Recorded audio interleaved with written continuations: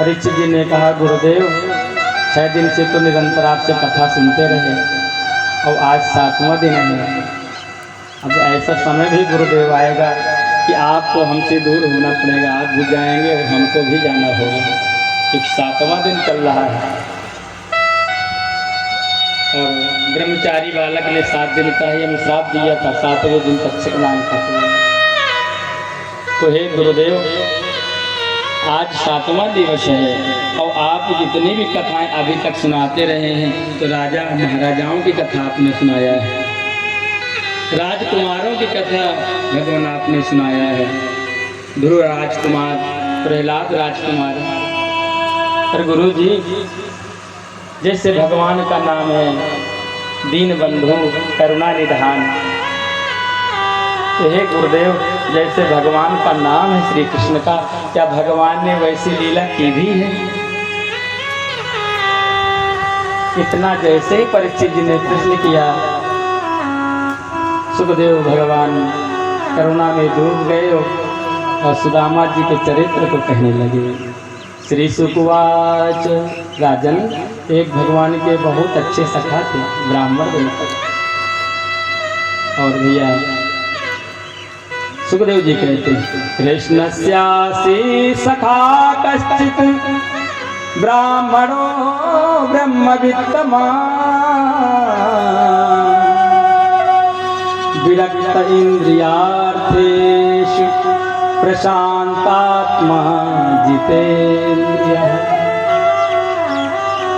आज सुखदेव जी ने सुदामा जी का नाम नहीं लिया, क्योंकि सुखदेव जी की नजर में सुदामा जी का बहुत बड़ा पद है। विरक्त इंद्रियार्थेषु प्रशांत आत्मा जितेन्द्रियः। इंद्रियों से विरक्त हैं।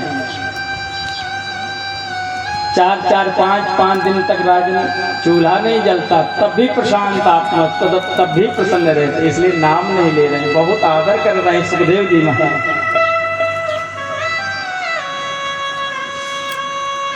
राजन, ऐसे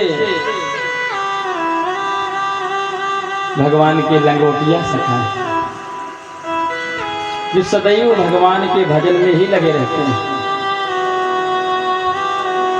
इनकी धर्म पत्नी देवी सुशीला, 4 बच्चे हैं। सुशीला ने एक दिन पूछा, नाथ, मैंने सुना है कि द्वारिकाधीश प्रभु आपके मित्र हैं।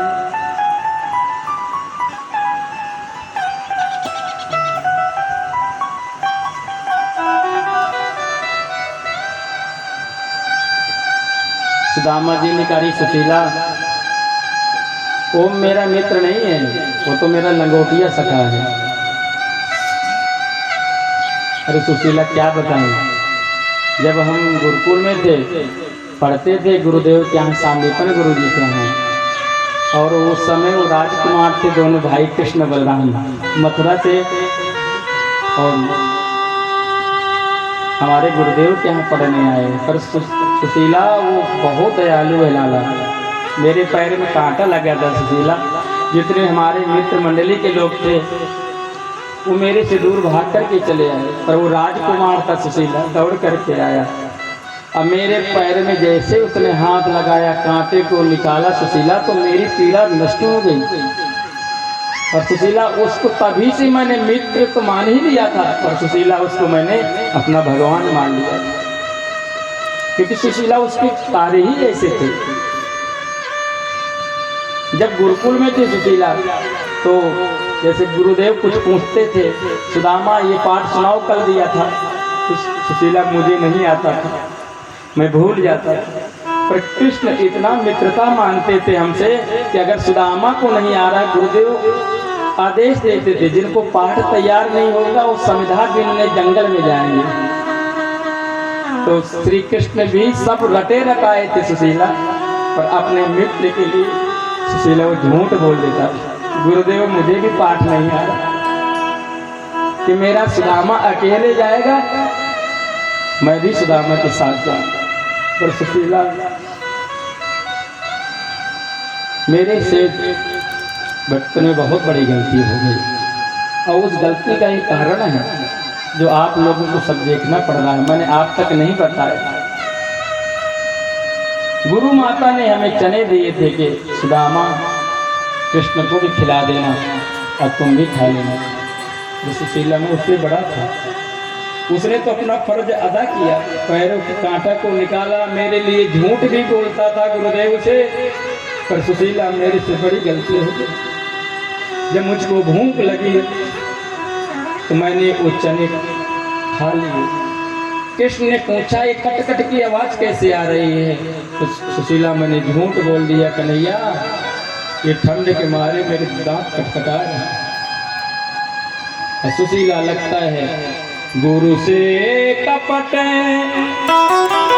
मित्र से चोरी, या हो निर्धन या हो सुशीला, आज मुझे समझ में आ रहा है कि शायद बड़ी बड़ी मेरी से गलती हुई, उसी का ये सब कारण है जो बच्चों को और तुमको और मुझे भी देखना पड़ रहा है। सुशीला ने कहा स्वामी आप इतना दुखी क्यों होते हो? वो तो बड़े दयालु हैं, बड़े कृपालु हैं, वो कोई बात गांठ बांध के नहीं रखते हैं। और हे नाथ, जो आपसे गलती हुई है ये बचपन में तो सबसे हो जाते हैं, आप क्यों इतना दुखी हो रहे हैं? कितने ऐसे बच्चे होते जो गुरुकुल में पढ़ते हैं और बचपन का सब क्षमा होता है। क्षमा बड़न को चाहिए। वो प्रभु हैं, द्वारकाधीश हैं, आज हर तरफ उनका डंका बज रहा है। मेरी तो इच्छा है नाथ कि एक बार हो न हो आप जा करके उनसे मिल आओ। सुदामा जी ने कहा सुशीला मिलने का तो मेरा भी मन करता है, पर देवी कहा गया है कि कुछ ऐसे स्थान हैं जहाँ जाओ तो कुछ लेकर के जाओ। जब अपने गुरुजी के पास से जाओ तो कुछ लेके जाओ, अपने बिटिया के यहाँ जाओ तो सुशीला कुछ लेके जाओ। कथा भागवत में जाओ चावल पुष्प ही है, फूल ही लेके जाओ। और सुशीला जब अपने मित्र के यहाँ भी जाओ तो कुछ लेके जाओ। पर सुशीला तुम तो जानती हो हमारे यहाँ भोजन की कोई व्यवस्था नहीं है, अन्न का दाना नहीं रहता है। और सुशीला ने कहा स्वामी आप उसकी चिंता न करें, वो व्यवस्था मैं आपकी कर दूंगी, पर हे नाथ एक बार आप जाइए। आज सुशीला 4 ब्राह्मणों के घर गई और 4 मुट्ठी चावल, या चित्वा चतुरो मुष्टि विप्रान प्रथुक तंडुला चैलखंडेन तान बद्ध्वा भर्त्रे प्रादारूपा।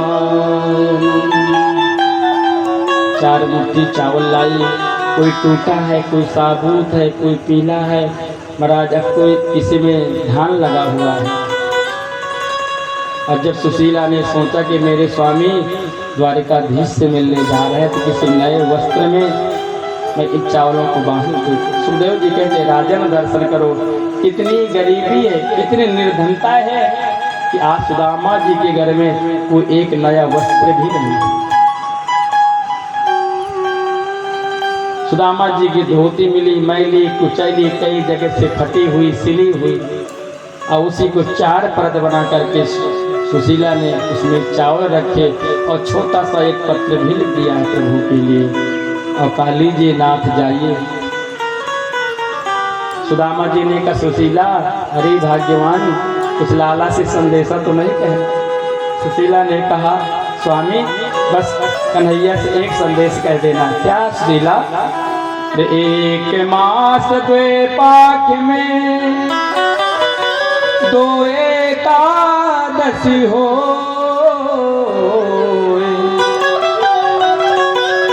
सो प्रभु दीन दयाल ने नित प्रतिदिनी हो। कह देना कन्हैया से, श्याम सुंदर से, मेरे लाला से कि महीने में 2 पक्ष होते हैं, कृष्ण पक्ष और शुक्ल पक्ष, और दोनों पक्षों में 2 एकादशी आती है। और ऐसा क्या पाप हो गया हमसे या मेरे बच्चों से, मेरे स्वामी से, जो मेरे घर में रोज ही एकादशी रहती। बता देना कि क्या हमारे घर भी कभी द्वादशी आएगी? क्या ऐसा अपराध हो गया हम सबसे? क्या जो छोटे छोटे बच्चे पूछते हैं माता जी भूख लगी है, तो मुझे झूठ बोलना पड़ता है कि बेटा आज एकादशी है। बस इतना ही कह देना। सुदामा जी ने कहा भाग्यवान, तो बिल्कुल चिंता न कर, मैं तेरी बात लालच से कह दूंगा। तो ऐसा कर, तू अपना ख्याल करना, हो सकता है देवी मुझे समय लग जाए आने में, और बच्चों का ख्याल करना। और सुशीला कुछ दिन के लिए जब पति बाहर जाता है तो स्वयं पत्नी को पति के रूप में भी बन जाना चाहिए। सुदामा बन जाना सुशीला, अपना और अपने बच्चों का ख्याल करना। और सुदामा जी आज जो है चल पड़े हैं। कई महीने लग गए हैं। चलते चलते महाराज एक वृक्ष के नीचे बैठ गए, हाथ तक करके।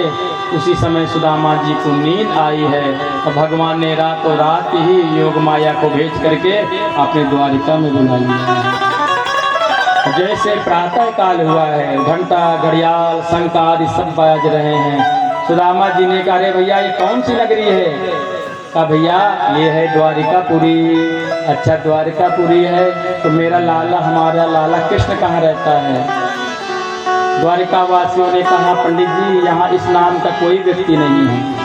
कहा नहीं भैया, जो यहाँ के राजा हैं श्री कृष्ण, और ये पंडित जी उनका नाम ऐसे नहीं लेते हैं। ओ महाराजा धीराज 1008 श्री